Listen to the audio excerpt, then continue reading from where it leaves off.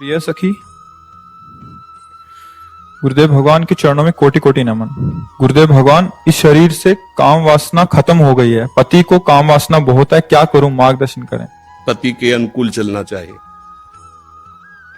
जब दो पाणी ग्रहण करते हैं पति और पत्नी, तो एक दूसरे को सहयोग करके मित्र भाव से चलाना चाहिए।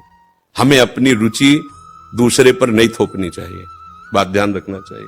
हम दोनों एक मार्ग के साथी हैं, तो हमको चाहिए कि हमें अपनी रुचि उसके अनुकूल करनी चाहिए, उसको चाहिए कि हम अपनी रुचि को एक दूसरे के अनुकूल कर ले।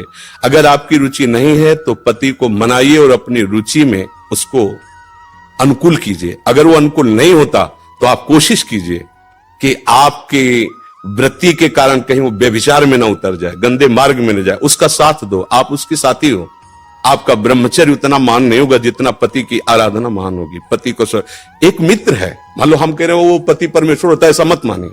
तो एक मित्र है, हम दोनों मिलकर के संसार मार्ग में चलना, तो हमारी रुचि ही पूरी थोड़ी होती है, दोनों की रुचि मिलनी चाहिए। अगर दोनों रुचि, दोनों ब्रह्मचारी रहो। अगर एक की रुचि नहीं तो दूसरे को सपोर्ट करना चाहिए कि कहीं वो लड़खड़ा के गिर न जाए, उसका मार्ग न भ्रष्ट हो जाए। हम ये देखते हैं कि 4 दिन बाद पति पत्नी ऐसे तलाक, ये क्या है क्या?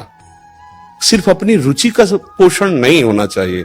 अगर हम दो मिलते हैं, दोनों मित्र बनते हैं, तो एक दूसरे की रुचि का आदर करें, एक दूसरे की रुचि का सहयोग करें, तभी तो जीवन यात्रा चलेगी। नहीं तो कब ऐसे नहीं चलेगा। आप ब्रह्मचारी बन के बैठो और वो व्यभिचार में प्रवृत्त हो जाए, तो आपने पाणी ग्रहण किया था, ये आपकी मित्रता नहीं सही रही। हाँ, वो बहुत ही व्यभिचारी है, अन्य, तो फिर अपने को अलग कर लेना चाहिए। अगर वो एक पत्नी व्रत है तो हमें उसका सहयोग करना चाहिए, उसमें ब्रह्मचर्य की तरफ वृत्ति न रखकर अपने पति की अनुकूलता की तरफ वृत्ति रखनी चाहिए।